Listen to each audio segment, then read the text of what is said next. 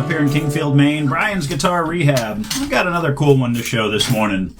I've been off for a couple of weeks, and so I'm really banging out the projects right now and wrapping up a bunch of stuff I was all working on at once. This is a 1950s K.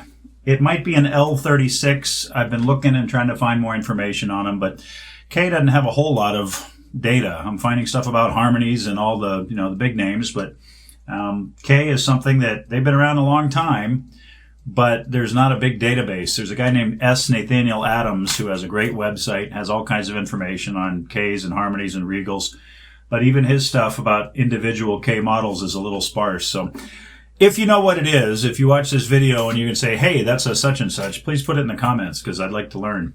Anyway, this is a 000 sized K from about the 50s. That's what the seller told me. And from taking a look at bridge styles and just accoutrements, I think that's pretty accurate. This is a solid spruce topped guitar with a laminate mahogany back and sides. K was real big on laminates. Harmony did everything solid. K's laminate guitars were, another budget line back in the day. Rosewood fretboard, poplar neck, I believe. I've done some shaping on it that I'll talk about here in a minute. And just the, plain old regular K head style. I do have a headstock logo coming for that. I've got some artwork. The emblem is coming, so that'll be on by the time this thing is for sale. What I've done is my usual Resto-Mod. This has been converted from ladder bracing to X bracing. So this now has an 88-degree X, 2 tone bars, solid hard rock maple bridge plate underneath. X brace follows the pattern of like a Martin 000. I've got somewhere around here, I've got the thing on the wall. I moved my room around, so I'm not sure. I might have actually put that cabinet in front of it. Sorry. Anyway, it's got a traditional X brace. The center of the X is about 1.25 inches back from the sound hole, so it's somewhat forward shifted.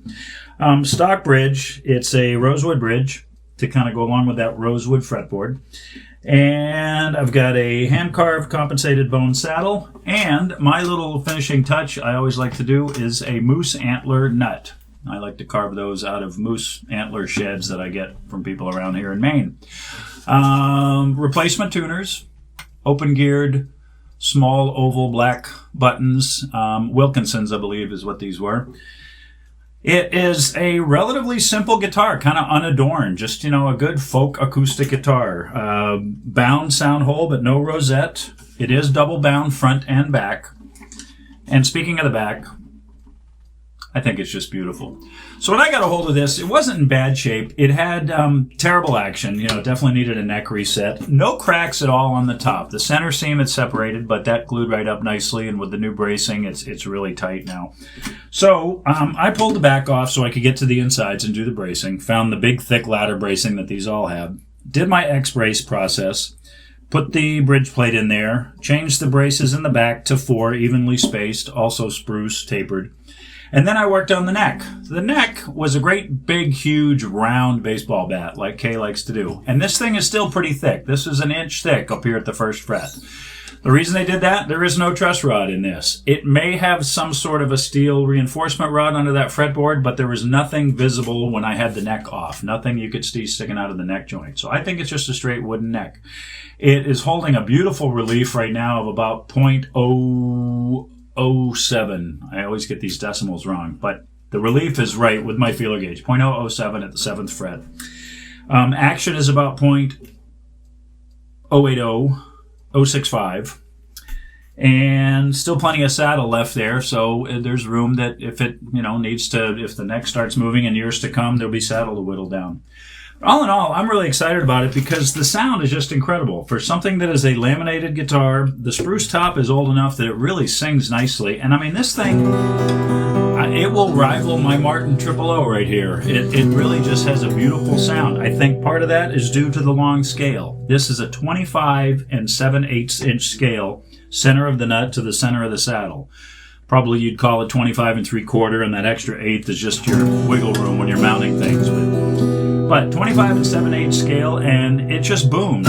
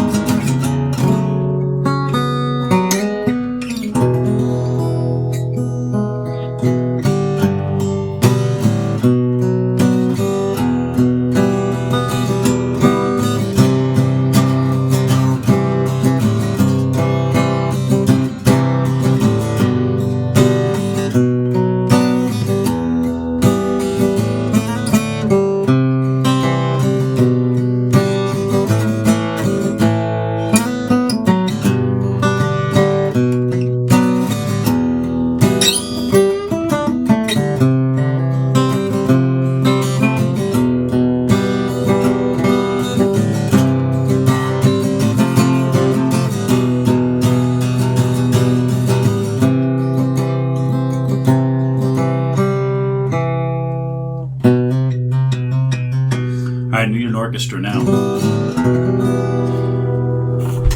Inch and 11/16 nut, 2 1/4 bridge spacing.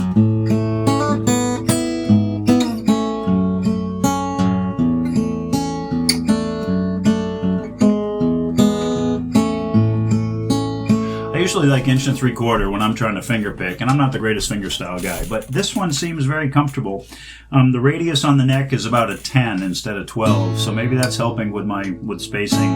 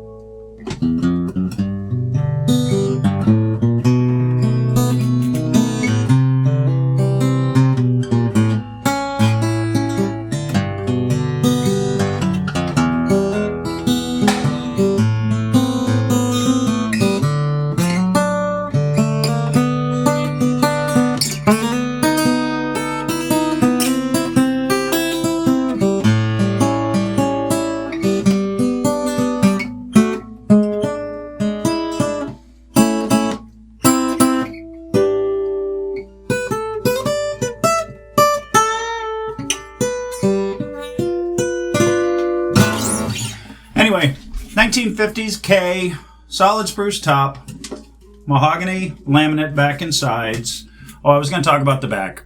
This thing was covered with varnish. It seems like back in the 70s, I remember this in shop class. If you slathered something with spar varnish, it made it beautiful, right? Oh, let's put a thick coat of varnish so it's like glass. I remember everybody's furniture was that way. All of my shop class projects were that way. Well, let's just say you don't need a lot of varnish on a guitar. This thing had so much, and it was all kind of cracked and flaking, that as much as I hate doing a complete refinish on any part of an old guitar, this one was just screaming for it. So what I did with this, I took all the varnish off and I got it back to the mahogany surface. And then I started laying down some dyes. And I started with a dark, dark, dark brown, and that raised the grain. And then I put a little red in there after I sanded it all back. I put some red in there, and that sort of gave it a little bit of a hint of a reddish color. Covered it with some amber, and then I did some more brown dye on top. These are all aniline powdered dyes I mix in with alcohol. And then I sanded it back and ended up with that beautiful flame. And that's just a gorgeous piece. I mean, laminate or not, it's really pretty. The top, same thing, had a lot of varnish on it. All I did with that is get the varnish off. I left, the top alone. It's still got all the, patina that you would expect on a 70-year-old guitar. And then the whole thing has had a few coats hand wiped of gunstock oil over it. So same thing with the neck after I did the sculpting. Did I talk about the neck? I don't know. I'm all over the place in this video. Neck was a big baseball bat. Now it is a modified V shape. Kind of matches almost exactly the shape of my 1938 Recording King by Gibson over here. So it's a handful. Still got plenty of structure, but it's much more comfortable than the Big C. Anyway, sorry about the big digression there at the end. 1950s K, very simple folk guitar, got a wonderful sound. It's a very affordable way to own a classic American-built solid spruce-topped guitar. Thanks for watching.